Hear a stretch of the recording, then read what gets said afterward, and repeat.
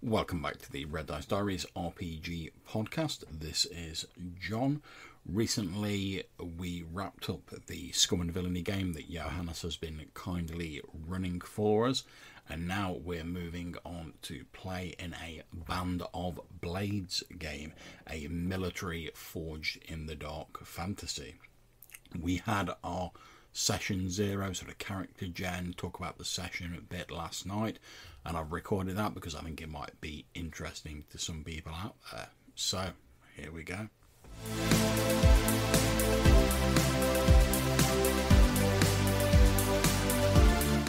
Does everyone have the Roll20 link? Yeah. Okay. Took a little while to load up, but it's there now. Oh man, I've got to say the little like table things they've done for like the rolls and whatever. Cause I see the sample rolls you've done look pretty funky. Yeah, and the functionality on the sheets is next level. Like the sheets are very handy. You can add stuff as well, like custom, whatever. You can add clocks, progress clocks, directly on your sheet. Nice. And it's all like you just click on the segments and it fills, and you can name it. And I'm just blown away. I've got to admit, if I had to pick like out of the recent sort of How About the Apocalypse games we've done, like my favourite sort of Revelation style mechanic to me, which sounds a bit ridiculous because it's Revelation for a mechanic, but it would be progress clocks. Because it's such a simple and like elegant solution of like, yeah, you make a roll, it ticks off so many ticks. When it's full, whatever that is complete. I love it. It's dead simple, does what it needs to do, not complicated. Happy days.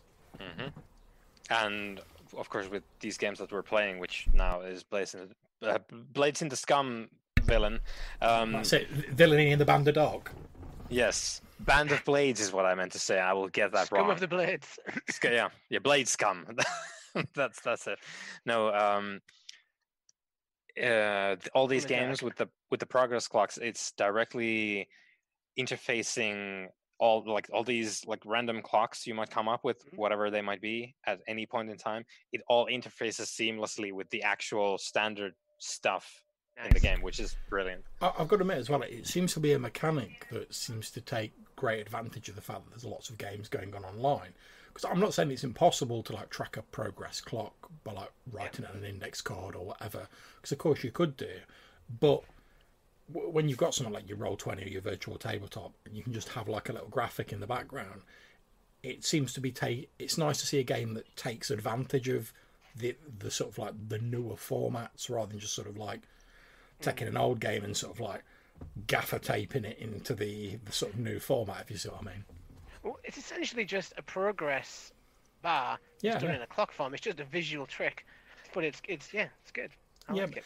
But I do like games when they have like a bit of a visual element to them, because obviously we know like you can play like games with fairly minimal character sheets and minimal numbers on them and stuff like that, but most people are sort of fairly visual creatures. So it's like, I mean, that's why even like in the digital age we still have like analog like watches and stuff like that, because that's sort of almost like how we're taught to sort of recognise things visually, a lot of us. So it's nice just to have it there. I can look at it and go, oh, the clock's half full, that means I'm halfway to doing my goal, rather than just sort of going, oh yes, I've got 5 out of 10 in whatever. Yeah, I'm 40% of the way there. It's like why you don't Roll20, you have like your tokens with like your health bars and stuff like that on them, because again it's a visual thing rather than just an abstract, oh I've got 10 hit points I'm left looking or through whatever. the sheets now. They really do embrace the clocks on these ones. Yeah.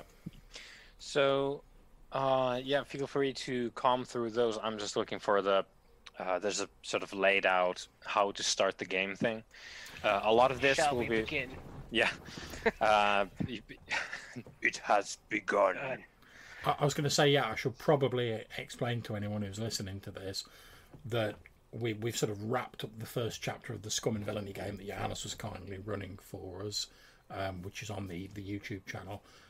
We're now going to do another Forged in the Dark game, Band of Blades, which is like a sort of military fantasy style game. So this recording is basically us doing like the Session 0 bit and chatting a bit about the game and prepping and stuff like that. It's like Session 0, but also the intro, because you play through a scenario. Yeah, there might be some gameplay. Like Yeah. Yep. We'll see if we get enough rants in to edge that out or not. Let's see. Don't tempt me. Okay, just going through. Man, these sheets do look amazing. Yeah. Also, let it be said that Bandit Blades is one of those games that I think we should have more of this in games in general. Let me revise that statement. That explain things a lot. So when they say a thing, they will have in italics below it, even just like entire pages almost full of like, how does that work? Like, what does this thing mean? And that's a good thing, man, because you get so many books where like they'll quote something, and then you don't actually get the explanation for like to like a later chapter. And by the time you've sort of got to the explanation, you sort of then have to flick back to remind yourself what it was in the first place, or you end up jumping around in the book. It's nice to see things like, here's this, and here's what it means in the same place.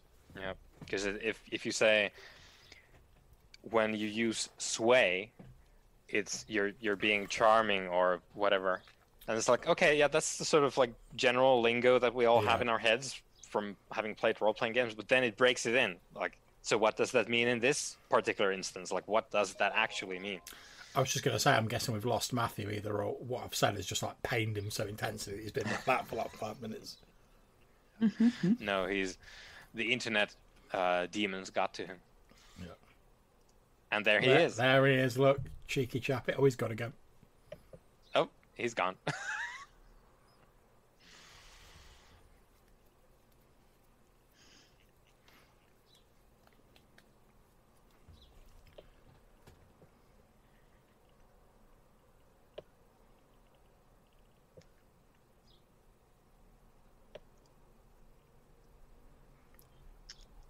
Did you manage to get into the Roll20 link all right, love?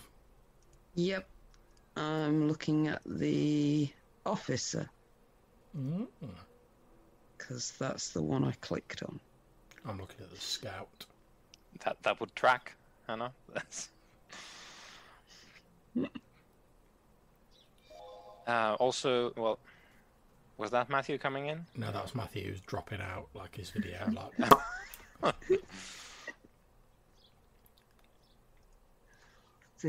Oh. Typical. That's typical.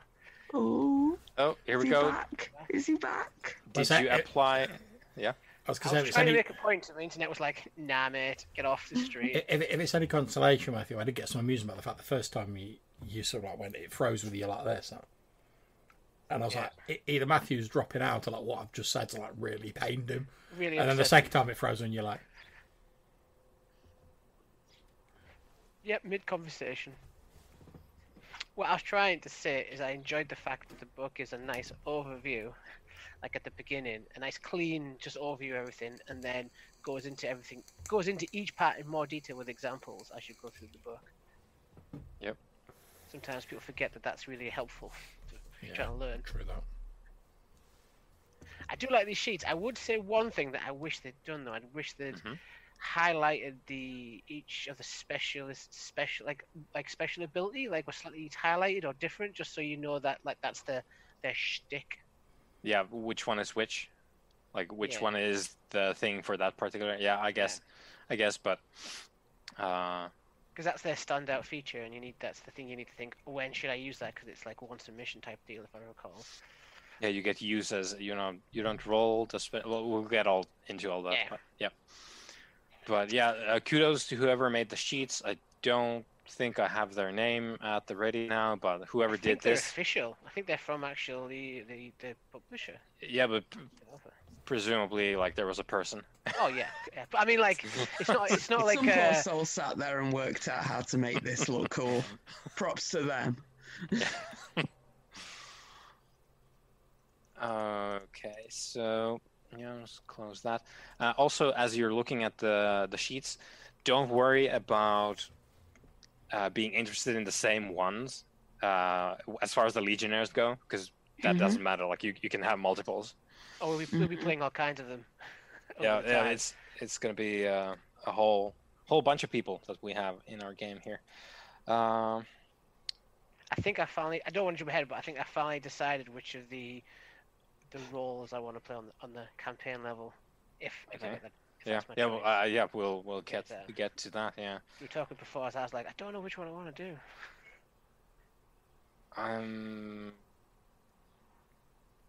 This is one of those things that you've been looking at a book for a role-playing game book, and you know all the stuff that's in there, but you don't yet have the exact memory of where in there it is. And I'm doing that thing now where it's like, I've looked at this thing for Where is it? a lot of time, but I cannot find it. Well, I'll tell you what.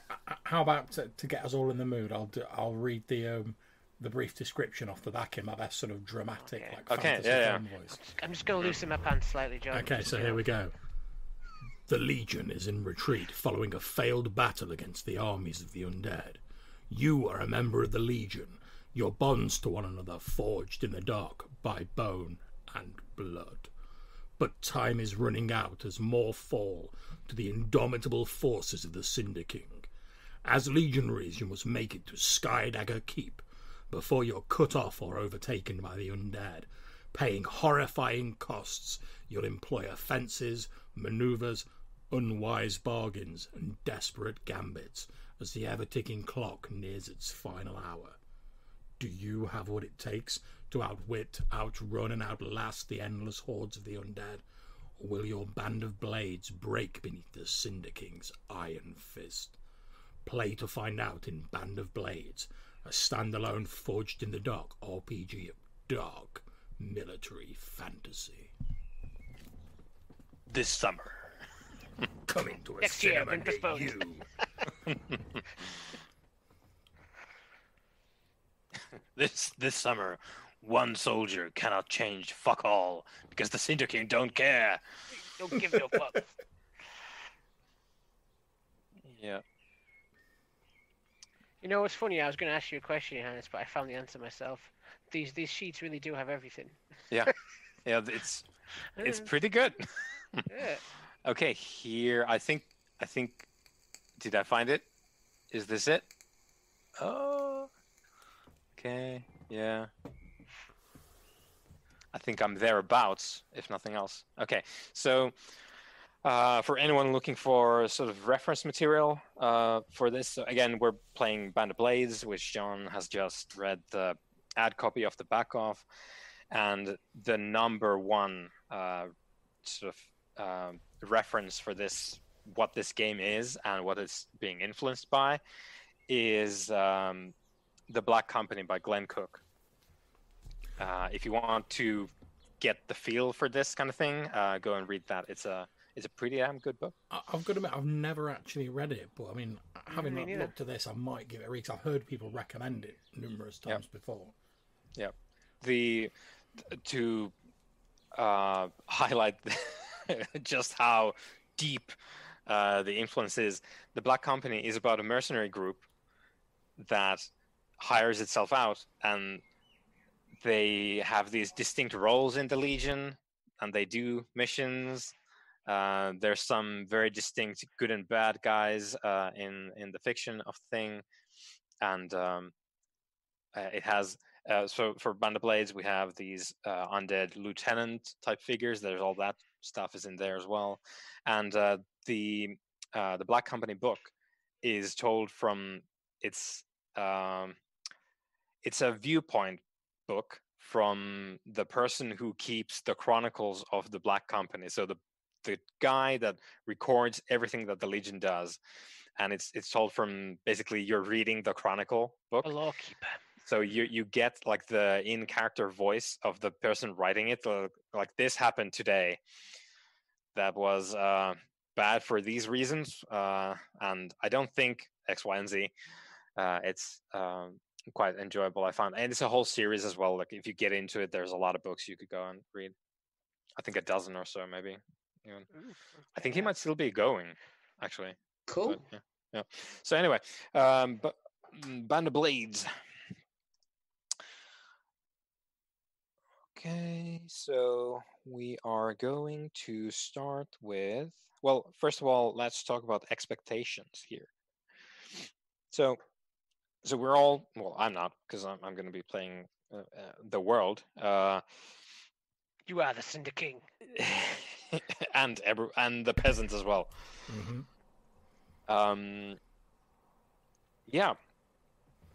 What kind of thing we're interested in exploring this? The concept is that the armies of the kingdoms of the east, which have come to the west to confront this Cinder King, there was a climactic battle, and the Cinder King's forces just destroyed the armies of the east that had come over here to do battle. And we're starting from the fallout of that. Humanity's greatest strength has been absolutely destroyed in this part of the world, and our story concerns the ragged remnants of the Legion that are fighting, are doing a fighting retreat to this mountain stronghold to winter there, basically, and then send word to the eastern kingdoms, like and hold the undead at the mountain. So, what kind of things in relation to that are we interested in exploring? What kinds of horror? What are we cool with as far as content goes? Well, I was just going to say that one of the things that this reminds me of, and being like a big sort of Babylon 5 fan, is like there's one of this. They always do the bit at the start of the series where they're like, "Oh, this space station was our last best hope for peace," and then later on, it's like it failed, and you see like all the wars and then destroying it. Yeah, and then they're like, "Oh, they're sort of trying to salvage what they can and sort of make something out of that situation."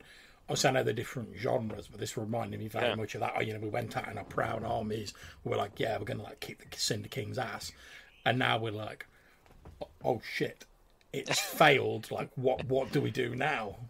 Yeah, it's failed, and we just handed the Cinder King a lot of bodies. Yeah. And we know what happens when you do that to a necromancer. So, so are we all familiar with sort of zombie cinema, zombie serials, comics, that kind of thing? So Or is good. Yeah. So the baseline is there's going to like almost every, well, there's living people there as well working for the Cinder King, which like those are some interesting folks, but there's most of the enemy is going to be the reanimated dead. Now there's all kinds of those which we'll get into. We can make some choices in like what kind of things we're going to encounter, but baseline is it's going to be a lot of undead coming in different varieties and different sort of thematic tropey styles as well. And so if we're all good with, let's say, baseline zombie movie, I think we're probably good for pretty much everything that the game is going to throw us content-wise, in that we recognize that there's probably going to be some blood and guts before we're done. Well, I think it's military fantasy, isn't it? It's a fairly safe, even without the zombie element, it's fairly safe. Mm. It's that whole like war is hell sort of thing, isn't it? Yep. It's fairly safe to say there's going to be sort of scenes of violence and unpleasantness because it's the aftermath of a war. And then, like you say, you put zombies on top of it. Yeah, and the enemy is like just completely inhumane.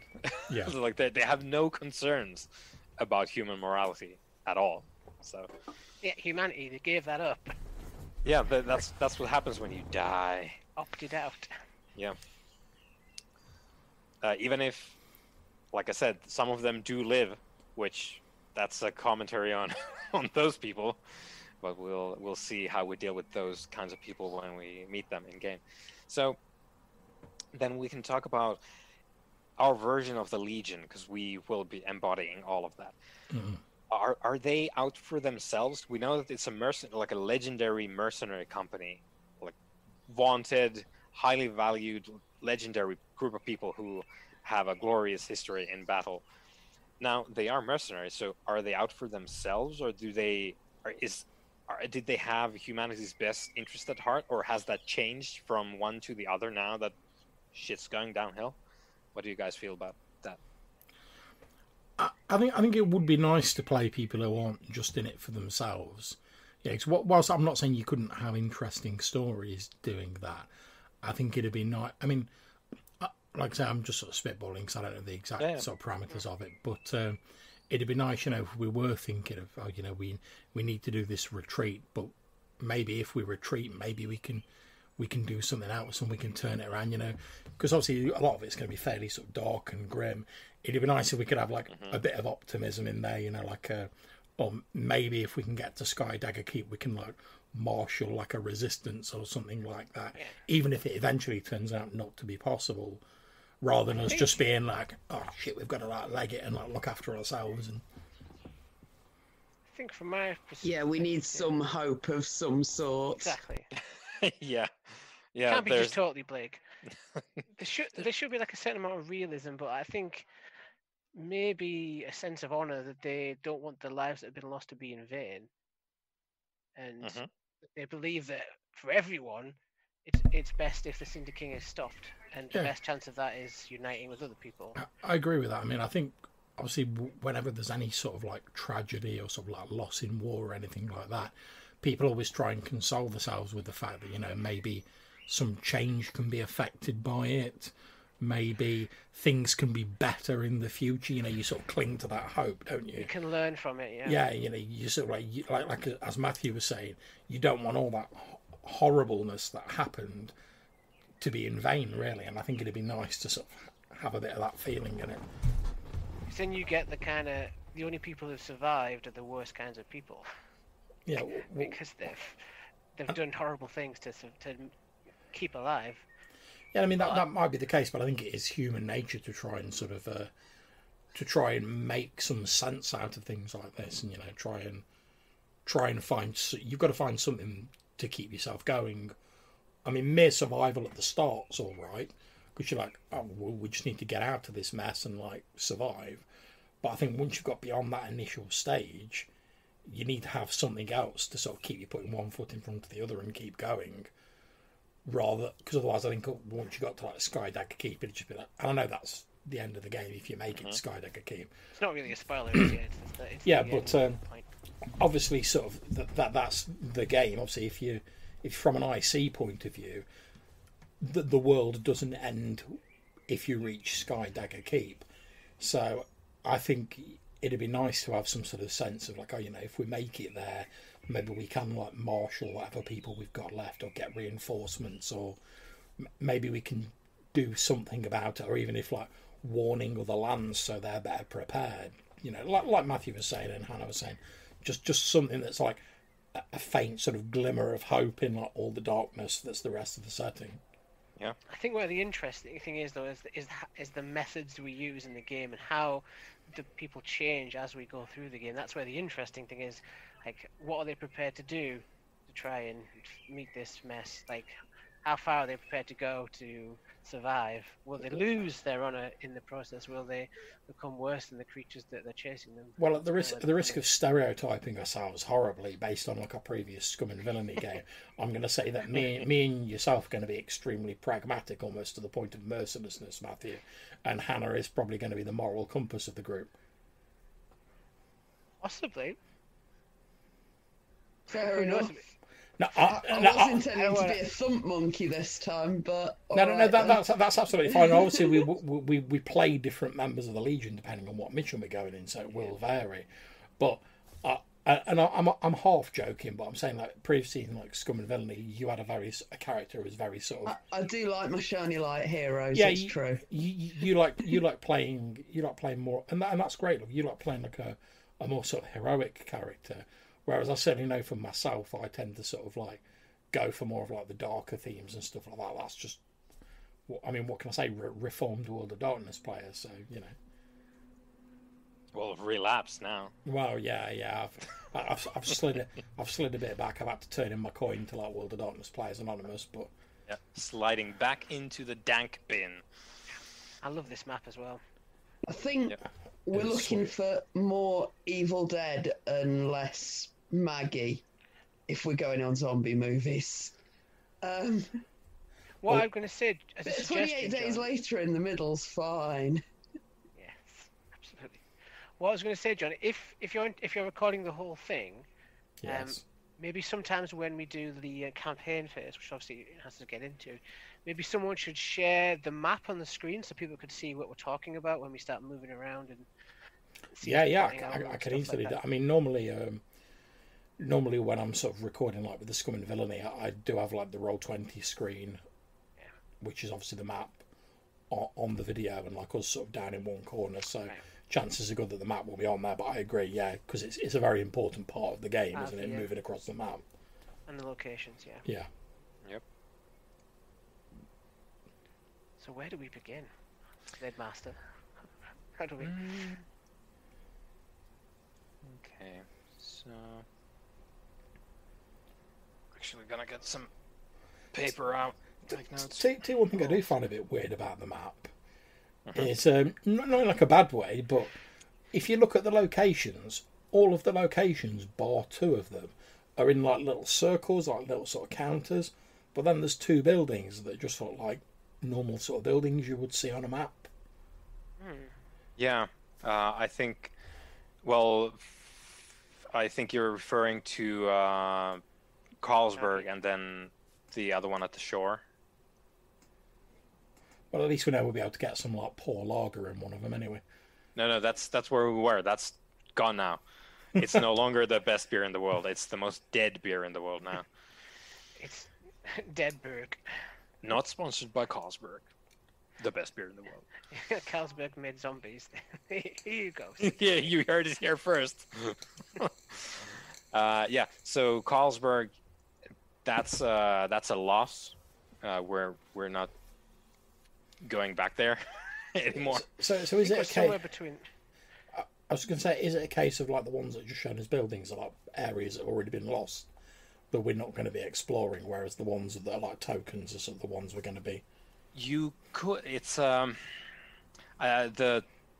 circle token things are more, yeah, with like Westlake. Yeah, that's a place. However, you could also like you're not going to be doing stuff inside Westlake all of the time. Like you're going to range out as well. Okay. So it's not 100% confined to the circle token area bits. However, I think this might be another point of like that place has been lost to the Syndicate. Okay. I'm not 100% sure though. It could be just as an educated guess. It could be because you can unlock special missions throughout the game, which are location dependent, I think. So you may open a special mission near those Westlake and East Lake that are located in that thing down there. Like it might be somewhere you'd go for a very determined reason. Yep. But I think for now, let's go with the hypothesis that those are lost to the Syndicate because Carlsberg for sure is. Okay. I think they exist on the map as a way of like for the person who picks where you go, you have an idea of like a route you can take, rather than just being the names like they've hyperimposed them. Yeah. That's cool. But again, I've only read part of the book so far, so I'm excited to learn. Well, like I say, I've recently just sort of reread through the introduction to it, but I've not sort of read through the rest of it in depth. And obviously, I'm not reading any of the GM stuff for obvious reasons. Yeah, a lot of this is very similar to Scum and Villainy. It operates on the same sort of parameters. So that's it for this episode of the Red Dice Diaries RPG podcast. Obviously, that's not all there is of the Session Zero, but I'm splitting it down into a few different episodes. We hope you've enjoyed this and you found this an interesting insight into how we start some of our games. If you want to get in touch with us, you can leave us a message on the SpeakPipe app. There'll be a link in the description. Or you can send us an email. The address is rddrpgpodcast@gmail.com. Until we see you next time, take care, stay safe, and keep gaming.